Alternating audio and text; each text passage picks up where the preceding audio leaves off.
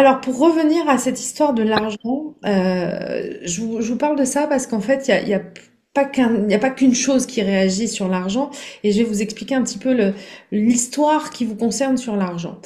Oui, Euh, alors, ce petit truc-là, avec le petit truc en face, ça s'appelle les nœuds lunaires. Ça, c'est le nœud sud, et ça, c'est le nœud nord. Et en fait, cet axe, c'est un axe karmique, c'est-à-dire que c'est le nœud sud, ce avec quoi on revient dans notre incarnation actuelle. Et le nœud nord, c'est la direction que l'on prend tout au long de notre vie, justement, pour aller vers quelque chose. Donc, le nœud sud, on le connaît très bien, puisque c'est notre passif et notre passé. Donc ça, on maîtrise très bien. Et le nœud nord, au fur et à mesure de notre vie, on apprend à aller vers lui, mais évidemment au départ, c'est pas quelque chose de connu, c'est pas spontané, c'est pas quelque chose que l'on maîtrise en tout cas. Alors un nœud sud en balance, et pourquoi je parle de lui, c'est que la maison 2 nous parle justement de tout ce qui est argent, bien terrestre, vie terrestre globalement.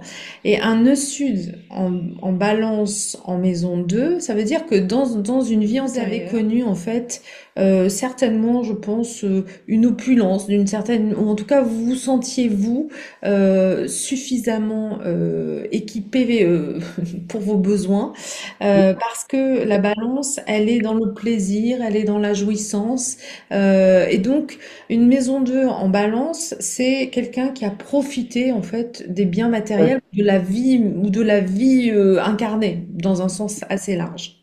ok.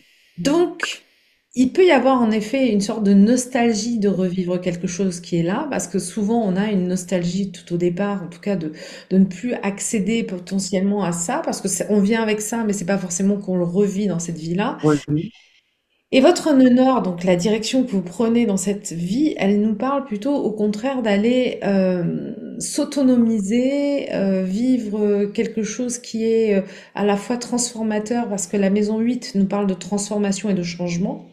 mhm, Le nœud nord en bélier, c'est aussi une manière de s'autonomiser. Donc c'est d'accord. intéressant ce que vous m'aviez raconté parce que tout au long de votre vie, en fait, vous vous êtes mis des challenges pour être autonome vis-à-vis de l'homme, parce qu'on voit qu'en fait votre nœud nord, il est conjoint à Mars. Mars Oui, est une représentation de l'homme. Ça peut être autant le conjoint que le père, que une histoire paternelle d'ailleurs, parce qu'il y a aussi votre grand-père, Saturne, qui est là.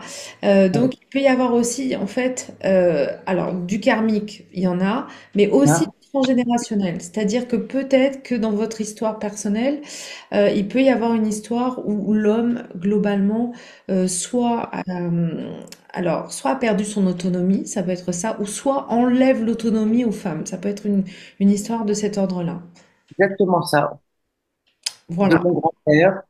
Ouais, ouais, exactement.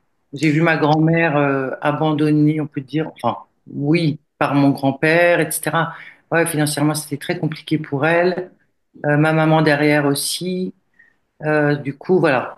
Et du coup, maison 8, c'est la maison de la transformation. Donc, c'est intéressant parce que vous portez du coup un double projet sur cette notion d'autonomie qui est à la fois un projet karmique, c'est-à-dire de vous par rapport à vos anciennes vies, mais Oui, également un projet transgénérationnel, c'est-à-dire de vous par rapport à la famille dans laquelle vous vous êtes incarné. Donc, c'est quand même un sacré enjeu pour vous, en fait, cette idée ouais, d'autonomie et de ne plus dépendre des hommes. Et ça, c'est exactement.